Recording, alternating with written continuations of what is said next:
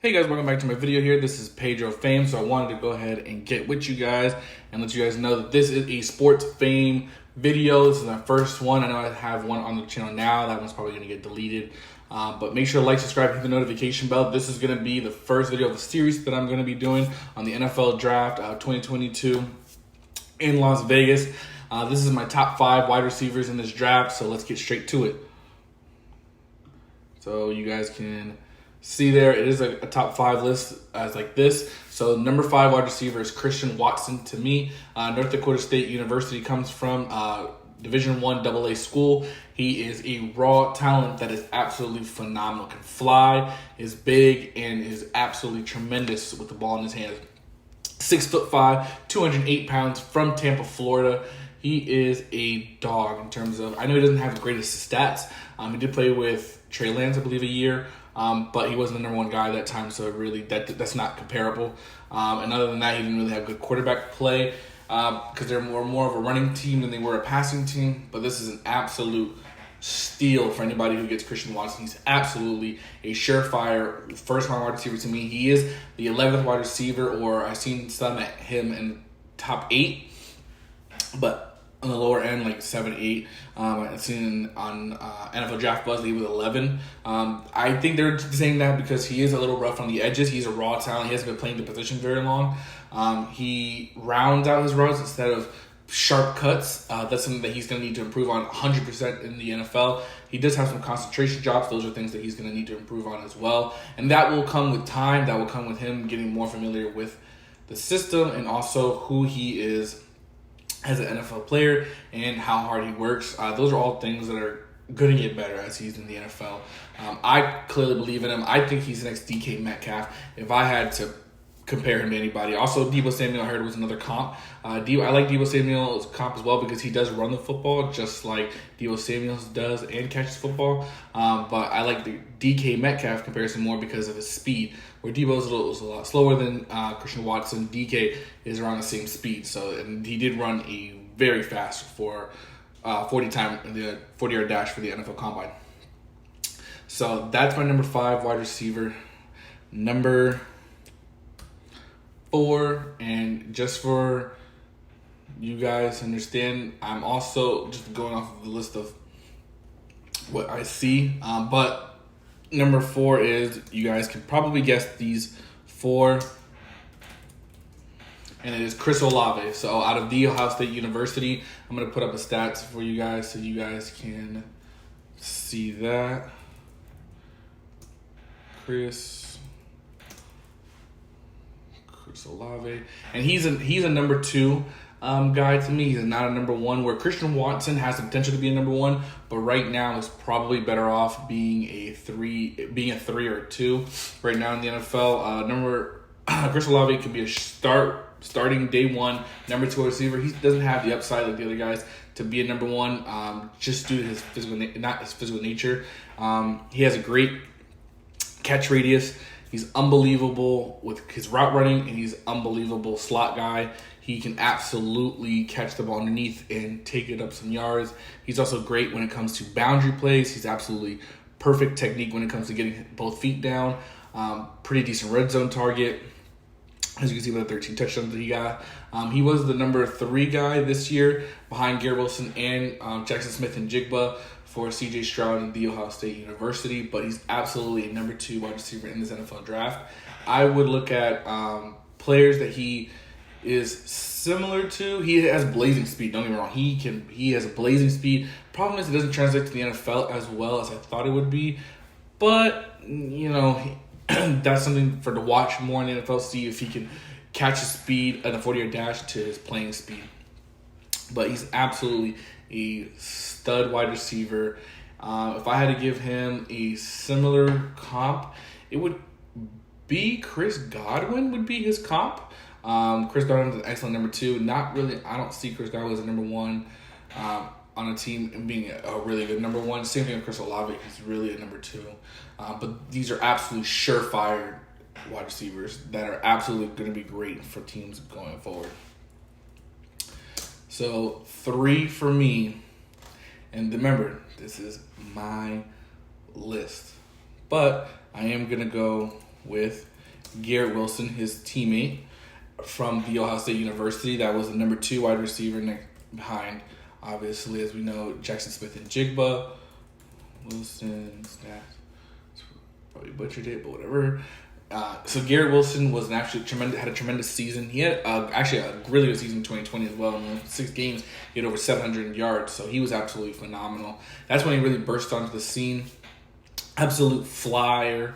I think when Chris Olave ran 4.26, he ran a 4.25. He's extremely fast. If I was putting my money, he is very much like Devontae Smith, where he has great speed, great ability to get the ball down the field. Really good burner. He's definitely number 1.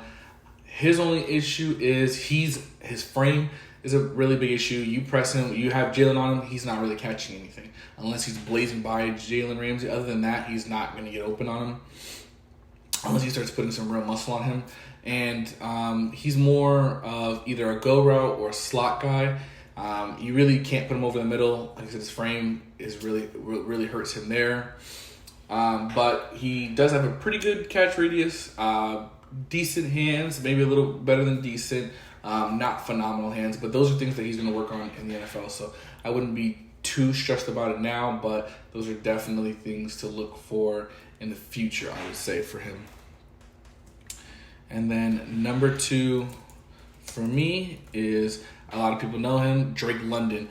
Absolute phenomenal wide receiver. He has, to me, the best catch radius, best hands in this draft. I don't think it's even close. He was getting averaged 15 attempts within the first 6 or 7 games right before he got hurt. And he had got 88 receptions, 1,084 yards, 7 touchdowns. He didn't even play the entire season, guys. And I think he missed the last 4 or 5. I think he missed like 5 games, like 4 or 5 games. And he balled out. He wasn't a huge red zone target only because they were doubling him all the time when he came to the red zone. In the NFL, that won't happen. Not his initial year, but you're gonna see him show up. He is absolutely a number 1 wide receiver. He doesn't get a lot of yak, so he doesn't get a lot of yards out of the catch. He's not a burner. That's the only issue really with him, is that his separation isn't very good. But the 50-50 balls are more like 90-10 with him, or I would say 80-20, probably his rookie year. But he's absolutely phenomenal in terms of just going up, catching that football. Very much like Julio Jones in that aspect to me. His catch rate is just, like I said, ridiculous. Hands are phenomenal. And he's absolutely a number 1 wide receiver in this draft. I have him as the second best wide receiver because of his catch radius and his ability to go get that football at any time. Also a former basketball player, so that really helps us with athleticism as well. Just wish he had more speed or he would be my number 1 guy. But as you're going to see who my number 1 guy is. And you can pretty much guess who it is. So this is my number 1. And it is really close. I did want to go ahead and mention Drake London was really close to being my number 1 wide receiver.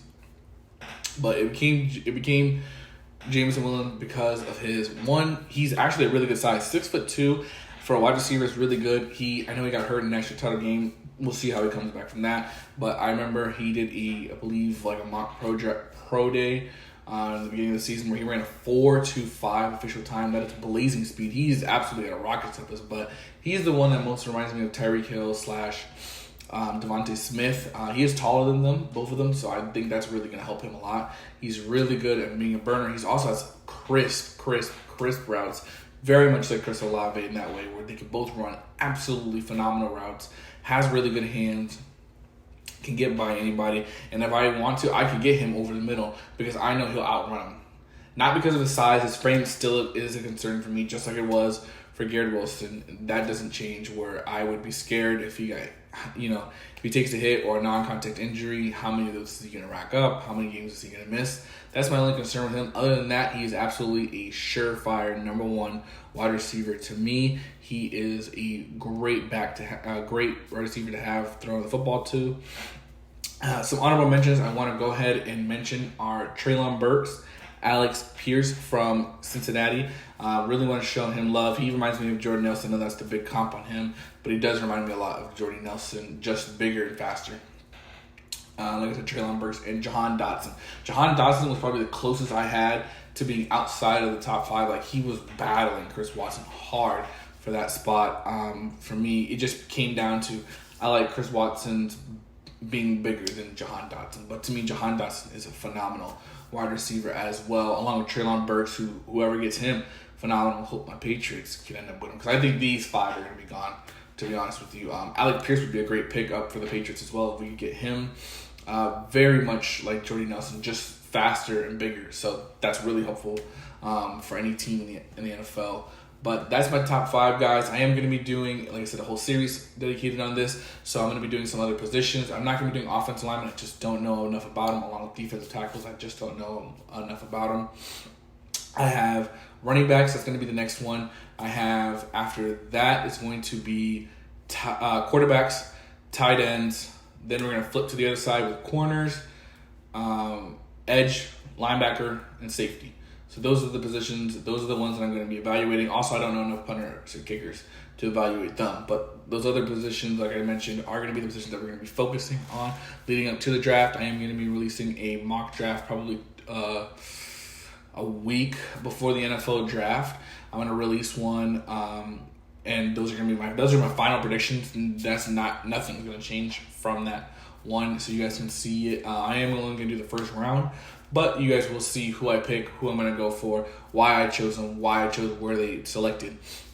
But right now, we're just doing the top 5 series, so make sure to like, subscribe, hit the notification bell. This has been absolutely fun with you guys. See you guys in the next one.